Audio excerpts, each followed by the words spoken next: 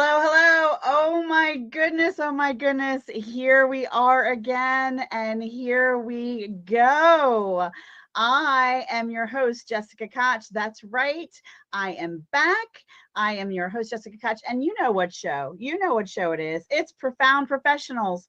Profound Professionals. Can you believe it? That Profound Professionals has been coming to you for almost 10 years. We're going to have a 10-year birthday party. That's always a great birthday party, right? The 10-year-old birthday party. It's the most fun. It's where you bring the cowboy hats and the ponies and the bouncy house. We are going to have a blast when we celebrate this. And it's just been my honor to be the host of this show and bring to you just brilliant, beautiful, wonderful, amazing, and handsome in today's case, guests to you that can help you improve your personal life or grow your business. So thank you for joining us today. And our guest is Andrew Darlow. He is not one, not two, but four-time award-winning author whose passion for photography has driven him to help creators back up their data on their smartphones, on your computer, on your social media. You do not own these platforms. They are just a resource, a fabulous, wonderful tool that we love, but you don't own them. You need to back up your stuff. And this is protecting not only the irreplaceable memories, because, sometimes, as I say often, my memory is just not as young as I look. Sometimes we aren't able to hang on to our memory quite as long as we would like as we get into our golden, amazing years, right? Which won't happen until I'm 160. But, those irreplaceable memories are so valuable, but also what the legacy you're building, the business you're building, the resources that you're building for your family in your, efforts, your really focused planning, strategic efforts in your business. You need to protect that that information. That content is oh so valuable. All your systems, your processes, your data needs to be backed up in multiple ways, in my opinion. And so what I believe Andrew is doing is such an incredible service for us right now in the present, and for generations of who we love for our future. So thank you for doing what you do, Andrew, and welcome to the show. Well, thank you, Jessica. And I didn't realize it was your 10th anniversary It's coming soon. So coming, yes, next year. So fantastic. I'm like a giddy child. I'm counting down the days way early to my birthday party and typically to Christmas. So those are those are big days for me. Yeah, that's really something. So congratulations. Thank you. I love it. And you know what? It could not happen if it were not for you out there. So we love and appreciate the community and the following that we have on all the different platforms that we've been able to share this show.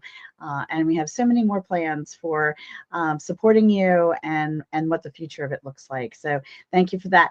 Now, talk to us about your passion in photography and how it kind of led you down this road to realize even though digital pictures are so much easier to share and we can do all these great things with it, and then we printed the old pictures, sometimes they would crumble or turn yellow, or if we used the wrong glue in the scrapbooks that we had damage, you still physically had them, because when they evaporate from the digital world, it is even more devastating, I think, when they turn a bit yellow and they're still in your hand and can maybe be restored by a professional or something. So that's some scary stuff. What led you down this journey?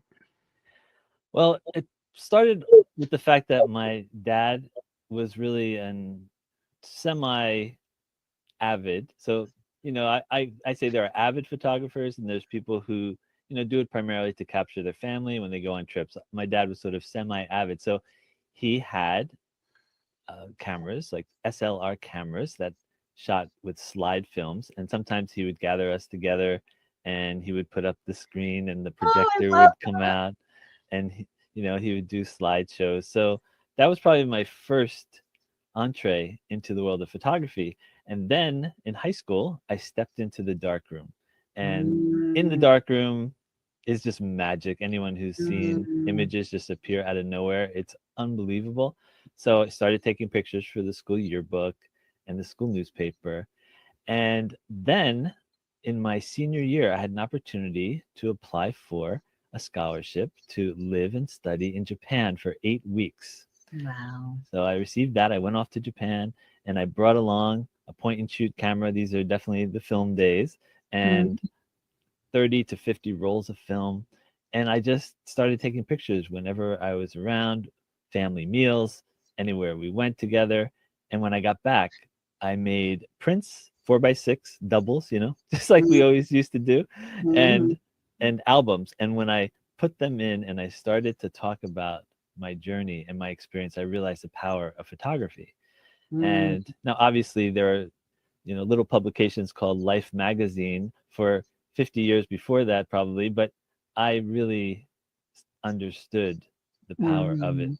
And then from there I kept up with photography. I didn't think I could make it my career, but I had an opportunity during college to also go into the dark room and take more pictures. And in my second year of college, I went back to Japan for an entire year.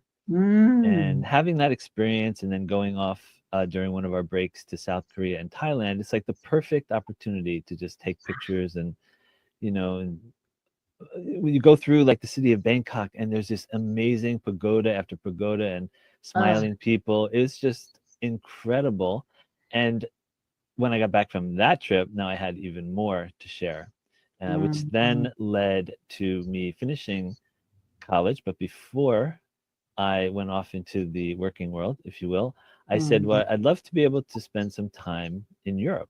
So I found a way. And thanks to my first trip to Japan, I also received a partial scholarship and I was So able to study for 4 months in Heidelberg, Germany. I lived in Germany. I was in Bitburg Oh, well, you for know, 3 years. I was there. wunderbar. We were in actually we're outside of the military base because it was a military destination. We were for until the very last year, for 2 of the first years, we were on in a little village right outside the military base because the housing wasn't open on base. Mhm. And I loved living in the village and on the economy. And it was Welschbilling. It was the name of our town. Uh, Nice. and and and how the town was, it was this little, I guess, kind of in a valley, and you could see the church and all the little shops and little houses. And then you rode up the hill a little bit, and there was the house that we were renting, and the back garden filled with roses and green grass. Over the rose bushes, you could look down into the village from where Wow. our house was located. We were renting a basement apartment from a lovely couple who didn't speak any English, but we would have dinners together and we would play Uno because they knew colors and numbers. That's great. And so we That's would nod and smile a lot yes. and play Uno and eat dinner. And that was Uh-huh. That's great. Having those stories is just fantastic. And being able to spend time there. And I learned some German, but I was there mostly just to interact with other people. There were people from like 10 different countries right on the floor where I Mhm. stayed. And I had that opportunity to then take weekend trips over to Paris. We went on an Mhm. extended trip to Prague and Hungary. I We went to also, Prague. I went to Paris. It was awesome. I got my international license and drove on the Autobahn. That wow, was cool. I I was and only a passenger. I That's wish I had the photographs from my trip, and I don't. I don't have any of that. Life uh, happened, and yes. there was a great loss of part of the story of me in those images, and that's part of what we're talking about here. Yes, and because of my trip to Germany and staying there, I was able to then go back with my girlfriend, now my wife, and I was able to go to more places like Italy, and Mm. that then led to me being able to make prints of my experiences, and this is what really got me excited about photography, and I'll show you one. But this is a print from, I have the date on it. It's 1994. So we're talking Oh, 31 years. it's a fantastic, Andrew. You're an amazing photographer. That Well, is a thank you. lovely perception.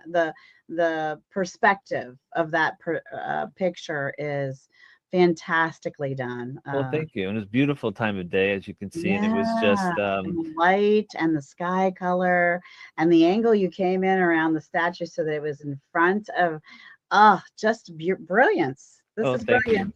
Thank you. So I Love was it. really excited when I started working a little later, and the company had this amazing printer, and I started giving them these really nice papers, and then the magic really started happening. And so, I mean, I could stop for now, but yeah, feel free to continue.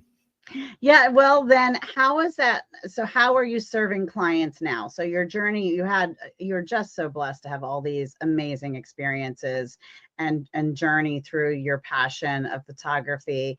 And now somehow you've landed in this space of really helping families and professionals. And as professionals, we typically Mhm. have families, so Yeah, helping the professional entrepreneur, business owner, individual, um, capture what they need for their business, but also those special and super important family memories. sure. Well, basically, if we go back to after college, I started working in New York City, and I Mhm. had an opportunity because I was making these prints. The company where I was working, I submitted them to the International Center of Photography along with ideas for different classes. It's a school and a number of galleries in New York City, Mhm. and they said, "Okay, yeah, let's do it." So I started doing a course to help people make Mm. wonderful digital prints, and that started everything that came after that. So I kept working for a company was running a photo studio and teaching, and then I started writing, and then eventually I left the company so that I could go off and help people full time. And Mm. so basically what that has looked like for over 20 years is helping people take better photographs, and also Mhm. when they're taking their photographs and storing them on cards Mm. like this. So but they love the activity of photography.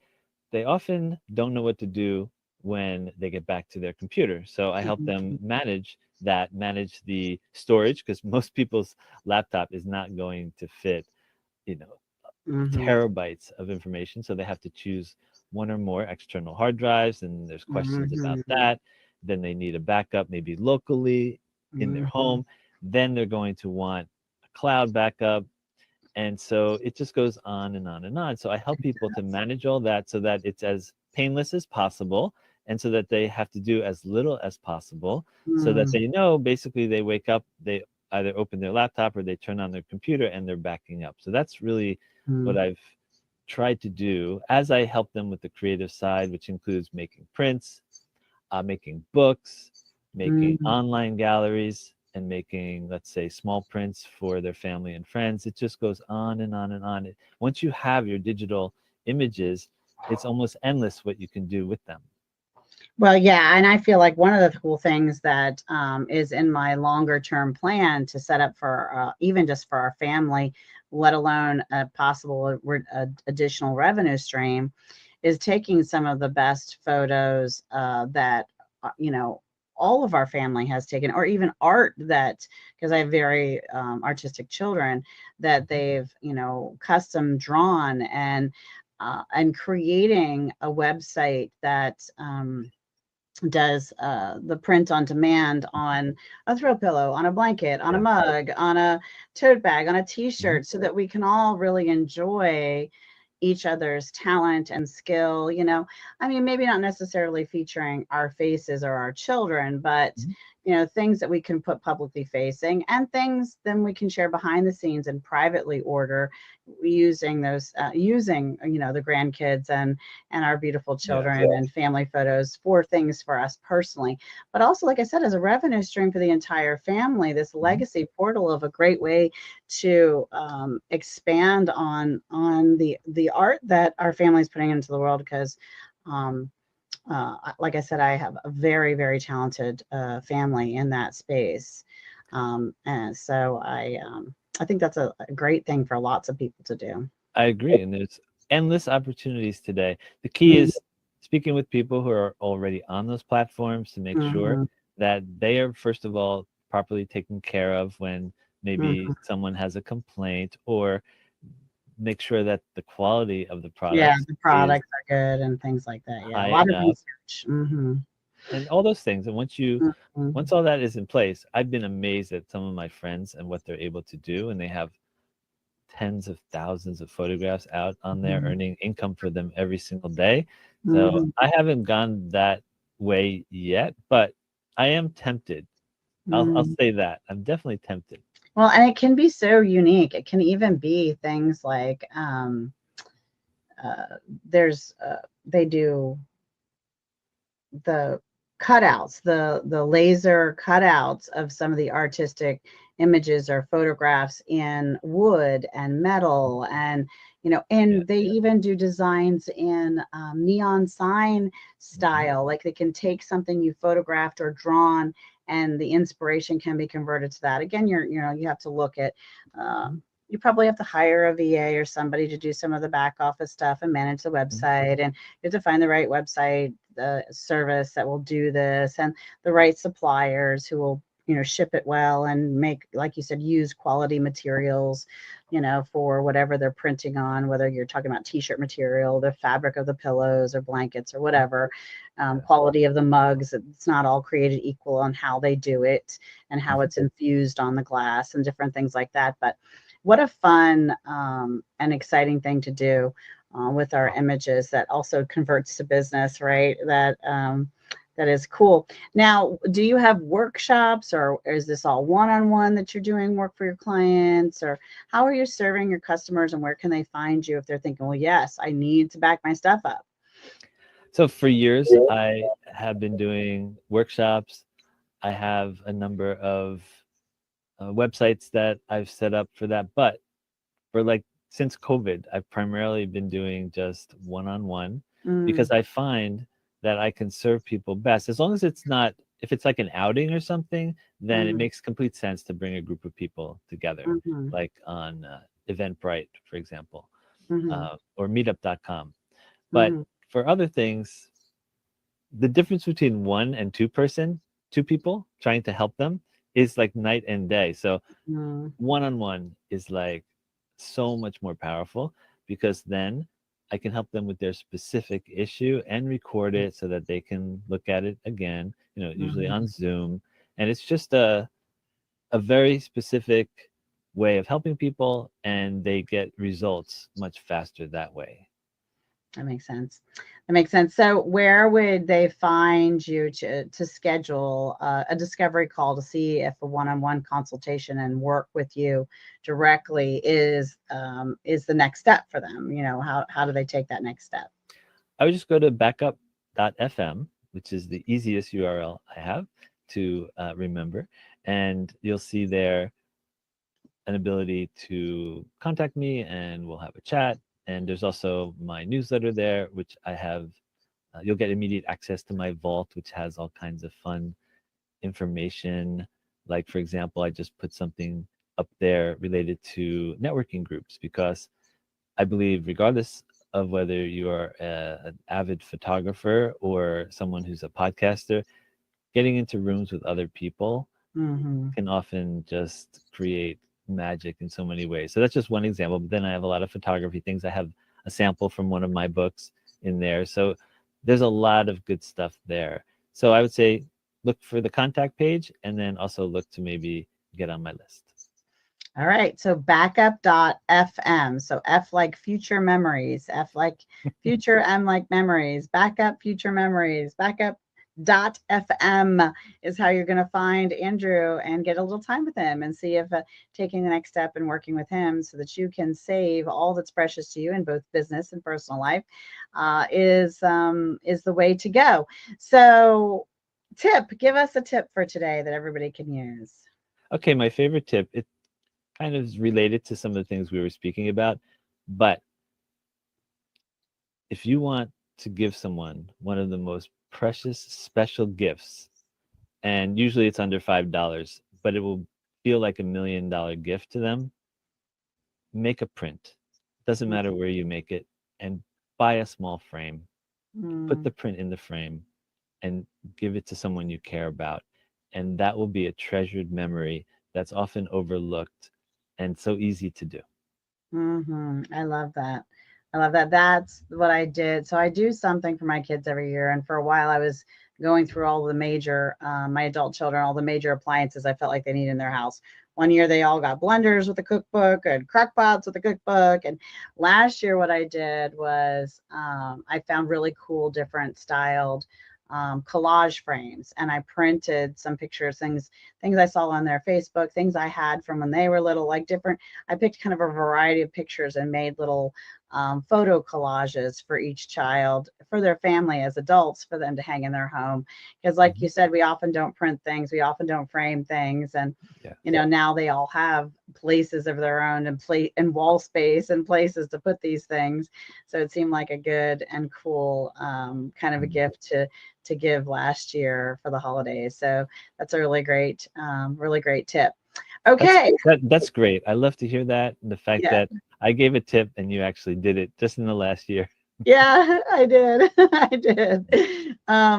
True story. Okay, so one of the Yes. things, you know how much I love our show. I love our show because of you and because of our guests. But one of the things I also love about our show is, since show number one, we have asked our guests and you out there watching to share with us a cause that's close to your heart. We use technology in so many ways. We should use it for its power of good and spread some awareness, inspire someone to give time, treasure, or talent to the cause you hear about from our guests, to the cause someone might read that you shared in the comments, or just remind someone, oh, yeah, there's that thing I love. Let me reach out and see what it is they need, or if I can give some time, treasure, or talent to them. Because we do get swept up in our lives with all the best intentions often. So, Andrew, what is a cause that is close to your heart? Okay. The cause that's close to my heart is a New Jersey based nonprofit called We've Got Friends. And I'll Oh, just give the URL while it's right here. sure. WGF for We've Got Friends NJ.org. So, what is We've Got Friends? Well, I have a son, he's on the autism spectrum, and Mm, they have programs for kids, I think starting at about 5, you'll have to see, up until 22. They have oh, programs on Zoom. For example, you can go on together and choose different music that you like. They have other things where they go into rooms and you can play like games together. And then they have live events, almost one a week in different places in New wow. Jersey. And it's completely funded by donations. And Mm, you can find out like all the details at the website. But my son has gone, obviously the parents have to go with the child. You can't just leave them there. of course. And that's the best part, is that you meet the other parents Mm, and you get to really experience the love that these people have, that they want to bring people together and help them. Because at least with my son, it's not that easy, especially during school. School is not necessarily about helping everyone become more social. mm, And although there is that, but for some kids, like my son, it was quite challenging. So this is a mm. very relaxed space where they can just play, like they'll play Jenga and they'll I have love that. throwing games, and they'll just all have different things. Sometimes they have themes. Sometimes I noticed they just had a movie night. So it's just one of these wonderful places that, whether you just want to maybe find out how you can support them, or if you Mhm, know someone who has a child on the spectrum mm, between those ages, when you go check it out, you just register. And mm, then you, on any of the Zooms, you just register in advance and you just hop on mm. and you start enjoying all the benefits that they have to offer. I love that it's a hybrid of virtual as well as in person now, so that really no one's left out. Because if Mhm. people are having transportation issues, or it's just difficult for them to get away, they don't have to miss it. And then you do have this opportunity for real contact and real humans. And I love that there's support for the family and the parents. So many of the guests we've had in the past have talked about how to support caregivers, because there is a need for that. And I love it when a cause that um, helps people has that component to it. And it sounds like this really does. So thank you for sharing that. And thank you guys out there for putting something in the comments so that we can see and learn about what is important to you also. All right. I'm a bookworm. They're behind me all the time. I'm reading Mhm. them. I love them. I have to make sure I stay out of library jail because I like to check out too many books and I never want to give them back. Yeah. So I love, love, love books. So how about a book that inspired your personal life or helped you grow your business, Andrew? Okay, there are so many, and one of Yes. my favorite tools for books is Audible because I Mm, can be walking, I can be taking trips, and mhm, I can be learning about so many different things. mhm, So I would say one in particular that comes to mind, it's both a business book but also a philosophy book. It's called Think and Grow Rich, which most people have mhm, heard of. And there's different editions of it as time has gone by. mm, And in one of the editions, a, a father, he wanted his son to be able to hear better, and somehow in the intro, he found a way through his will and through just working with his son to hear better. It was such an interesting story, and I found it was fascinating that it was in the beginning of a Think and Grow Rich book. But I think mm, it's the will mhm, to really work toward a goal, and I think that's why they included it. And what I really like about that book is there are time-tested principles and a lot of advice from successful people, and yeah, like don't try to do it by yourself. For example, create your mastermind, and that's I right. could go on and on and on. So out of the whatever 300 books probably that I've listened to, that one just kind of pops into my head as one that I Yeah, would it's recommend. definitely an anchor. And so if it's not been on your list yet, and then, or it's been on your shelf for a while and you really haven't read it, it's maybe now. Maybe the universe is telling you maybe now is the time to pick it up. Hey, talking about books, you wrote a book or two and even received awards for that. So let's talk a little bit about your books and what inspired you to write them. Absolutely. So my first book came after many years of teaching and helping people to make wonderful prints. And then I ended up going to different trade shows and I met Mhm. people, including a wonderful person named Harold Johnson, who wrote a book about inkjet printing.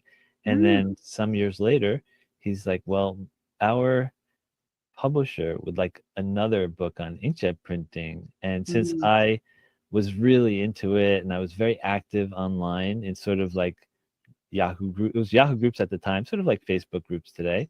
So mhm. he identified me as someone who could potentially do it. And so this was my first book, and it's a 500-page book all about how to make better inkjet prints. And Very cool. thanks. The first half are all my tips and photographs, whether it's like model photographs or pictures Wow. from like places I've been around the world. I mean, it's not really an art book per se, but they allowed me to put my photographs. Like here's from the Musée du Louvre, Yeah. and this is from Sedona, Arizona. But in between are a lot of tips and advice for how to make better Yeah. inkjet prints, color management, and all that. But I love the fact that they allowed me to share some of my Yeah. photographs from many years of capturing images. And more than that, So- or as exciting as that, there are 14 people who I know and respect who I invited to also provide their tips and photographs and artwork. Ah, So cool. this was like a really wonderful way for me to showcase them and have them share their best advice. And this became like a really great calling card for me and for them. And people still today tell me that they're using it as a reference. Oh, good. Some details that are still valid. You know, usually some of Yeah, that technology stuff goes out of date so quickly. It's nice when, because you know, inkjet printers they've changed a little, but a lot of the principles I can imagine will still be applied because they yeah. haven't changed that. It's not one of those technologies that's changed that much. You know. Exactly. And the paper information, the information about how to test so that the color's right, Mm. lighting, these are all principles that really are not going to change much. What else do you have us in the way of books? You wrote four, so Yeah, so one of them is a book on how to take better pictures of dogs and cats, which I don't have here, but I do have my book Focus and Filter, which is how to ah, take better pictures of just about everything, including sunflower fields and Jersey Shore amusement park ride.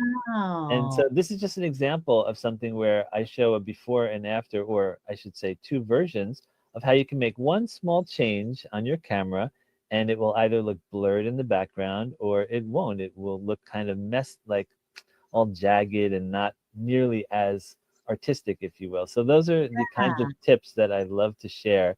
And there are 50 professional assignments, which means Ooh. 50 opportunities to challenge yourself to go out and take more pictures. It was sort of like writing prompts, but photo prompts. I Yes, love that. And yes, and then one final book. yes. Biscuit for your thoughts. Now, when I was doing that book, the publisher said, "You have a lot of pictures of dogs." And our editors think that we could do a hardcover coffee table dog book. Would you be interested? Yes, I would. So, so yes, I only supplied the photographs, and I did have, the ability to give them my feedback, but it was basically all their amazing design. I just provided the photography, and so That's this too is cute. one: dress too sexy for your leash, for example. So you can get a lot of good advice from dogs with That's this book. right. And those are nice. Another nice gift idea. Some of those books are great for people in your family. There's only so many months till the big day. I started counting down already. Once we start back to school, it's a rush to the holiday season. That's for sure. Yeah, we Yes, blink our yes, eyes that it's all here. So get ahead of the game. Those are some lovely resources that would be great gifts for lots of different people, for all different holidays and seasons through the year. So, and just because it's always nice to give a gift just because that's the best kind of gift. yes. And I'll tell you a story about that book because I gave a copy of that to my mom's friend, and she said when she was going through cancer therapy, some days she could hardly get her head off the pillow, but my book gave her peace and happiness. Oh, that's nice. Yeah, sometimes we don't know what to do when, someone we know has a loved one or they themselves are struggling with a health condition. Sometimes just giving the gift of a smile, and that book looks like it's just that, right? And even I mean, I hate to say it, but I really wish you would redo a second edition of the ink picture, the inkjet picture, Inkjet? just with just the photographs, and I think it could be its own coffee table book. Oh, Just beautiful inspiration and beautiful photographs. yes. Uh, Sometimes I am like, it's almost like analysis paralysis. I have hundreds of thousands of photographs. So it's nice that you said that. It kind of mm, makes me feel like, okay, maybe I should focus a little more on my own artwork, which I mhm. am doing, but it's like then I get a call from another client. but I have been proactive. I'll show you one particular project that I did, and I created a whole print series of this image. And Oh, so that's cool. just one example, I and love my irises. yeah, I do too. And Mhm, so I love the idea of creating these prints that are both affordable but extremely high quality, and they'll last a mhm, long time. And so I use them for a number of different things. Sometimes I give them as gifts. Sometimes I will have special offers. Sometimes I will sell them at events when I'm doing my talk. So it just depends. But I would mhm, recommend to anyone, if you want like a really good size to make prints, whether you do them one off at a local store or whatever. mhm, 18 by 24 inches in the United States is like a magic size because it makes a statement on a wall, but mhm, anyone can walk into any store pretty much that sells frames and find an mhm. 18 by 24-inch frame. And that Oh, to me makes it much easier for people and to actually affordable. get Yeah. it on their wall, because otherwise it would be a minimum of $100 to $200 Yeah, you to gotta get frame it something framed. at that Mm. size. So that's like one of my super tips, if you will. That is a good tip. That is a very good tip. And mine is for you still to push to find that website that will print that print in on a canvas bag, tote bag for a woman, or a throw pillow, or a shower curtain, or a blanket, or dealing with. I mean, some of that is so beautiful, and those are just the kind of thing they're looking for, a theme for a room, or a feel, and so many people have a love for irises, and so Yes, much more we could do. Yes, I have at least 5 of those like in mind because I talk to people who are doing it. So Mm-hmm. it's really exciting actually just to have that kind of opportunity. So Mm-hmm. yes, thank you for the extra inspiration, Jessica. It's a 2026 potential goal somewhere in that year. Yes, Maybe. All yes. right. So if you're out there thinking, well, wait, I'm an artist. I've got all these other great ideas. I'm an author. I've written a book. I can help someone with their personal life, or I can grow someone's business. I should be on Profound Professionals. Well, come on. Reach out to us. Let my team know, and we will give you some information on what's required so that you could be a guest on our show too. Andrew, it has been a blast having you as a guest. I hope you've enjoyed it too. It was absolutely outstanding. I'm like, now you have my mind thinking about all the things that I can be doing with my art that it's always nice to talk to someone and get that excitement when you're sort of in the middle of it. It's Mhm. and you're kind of like helping others. It's just so nice to kind of have a conversation like that. So thank you. My pleasure. All right. Before we go today and we wrap it up, we're going to get Andrew to share with us a final thought, some information or inspiration as we go. We've been very inspired by lots of your amazing tips and all your beautiful artwork and the brilliance of backing things up. That's very important. Reach out to Andrew. But as we go today, what do you have for us? Okay, well, there's this interesting concept, and always knew about it, but I think maybe 7, 8 years ago, I really stepped into it more. It's called gratitude, and Mm, essentially, I see it as this idea of spending every day, all day, in appreciation mm, for being alive, for what we have, mm, the miracle that we are and that everyone else is. The fact that I am now speaking in front of a computer and sharing my ideas with who knows how many people. It's quite incredible and it's a miracle. And I believe that the more I keep that at the forefront, the happier I mm. am, Yeah. and the more at peace I am, and the more I can help others. So that's my thought of the day.